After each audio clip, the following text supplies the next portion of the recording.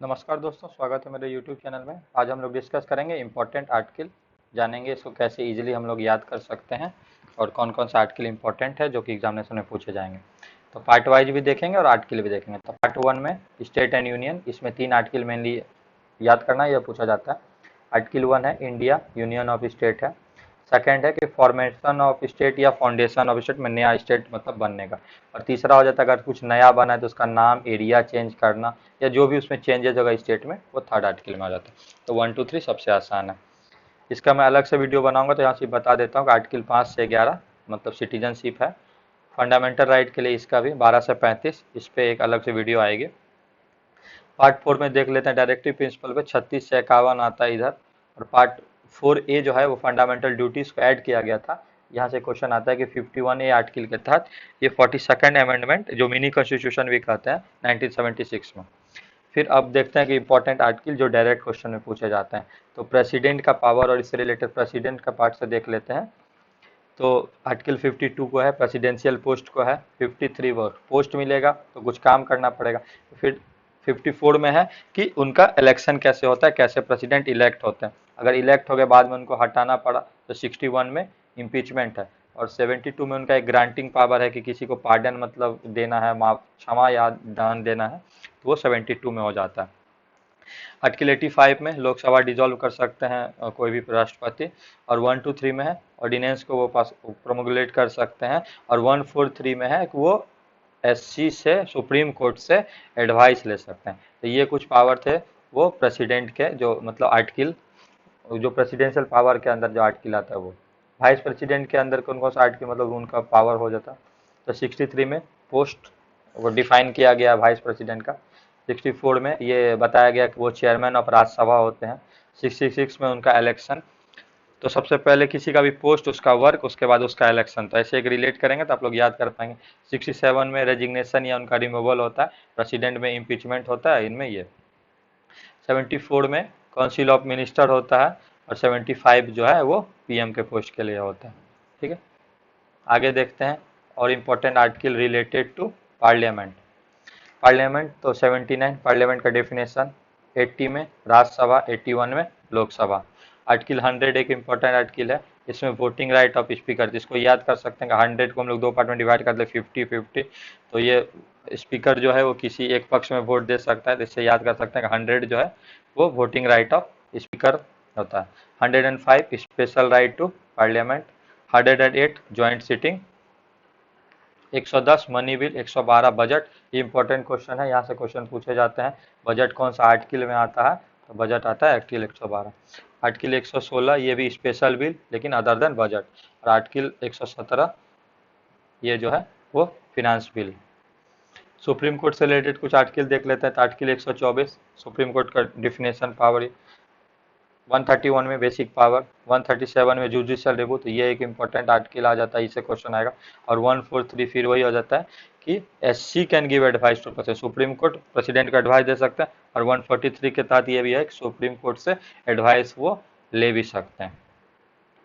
CAG का comptroller general का देख लेते कैग का। तो आर्टिकल 76 में अटॉर्नी जनरल ऑफ इंडिया और 148 में कैग। गवर्नर का कुछ जो उसका मतलब मेन आर्टिकल है 152 में डेफिनेशन। 153 में गवर्नर फॉर द स्टेट्स। 154 में पावर। 155 में इलेक्शन। और 161 में पार्डन पावर। जैसे हम लोग यहाँ राष्ट्रपति में देखे थे, उनका पार्डन पावर ग्रांट कितना था, 72 है। और इस केस में हम लोग देख रहे हैं 161 है गवर्नर के केस में, 72 161। अब किसी भी स्टेट का काउंसिल ऑफ मिनिस्टर के लिए या लोकसभा के लिए 163 में काउंसिल ऑफ मिनिस्टर। 164 में सीएम अपॉइंटमेंट बाय गवर्नर, मतलब सीएम जो अपॉइंट करता है गवर्नर का, वो आर्टिकल 164 के तहत आता है। ये इंपॉर्टेंट आर्टिकल हो जाता है। 165 में एडवोकेट जनरल जो स्टेट का। 168 में कॉन्स्टिट्यूशन लेजिस्लेचर इन स्टेट्स। 172 में लेजिस्लेटिव असेंबली। और 171 में जो कि अभी ये 6 स्टेट में फॉलो किया जा रहा है लेजिस्लेटिव काउंसिल।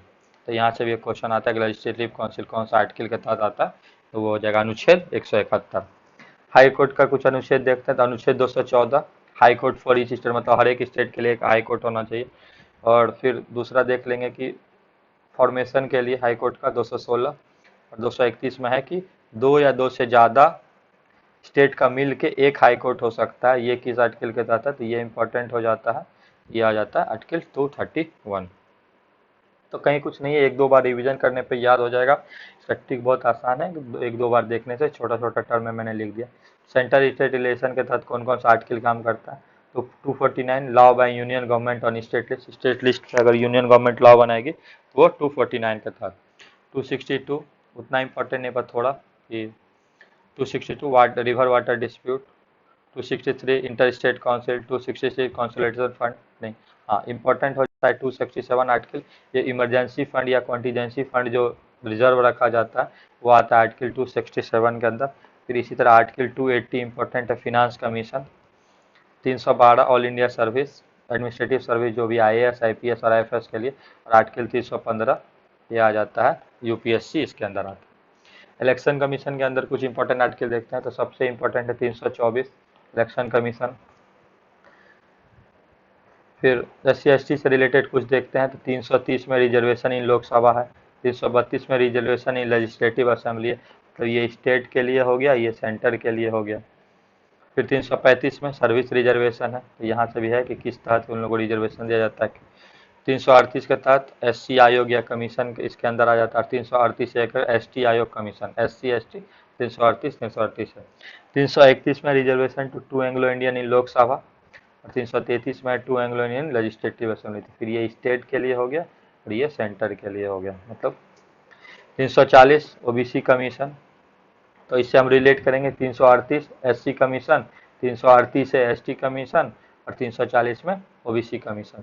343 में लैंग्वेज के बारे में, हिंदी देवनागरी लिपि के बारे में, और जो भी अमेंडमेंट कॉन्स्टिट्यूशन में होता है वो किसके तहत होता है, आर्टिकल 368। ये बहुत बार पूछा गया है, तो ये एक इम्पॉर्टेंट है।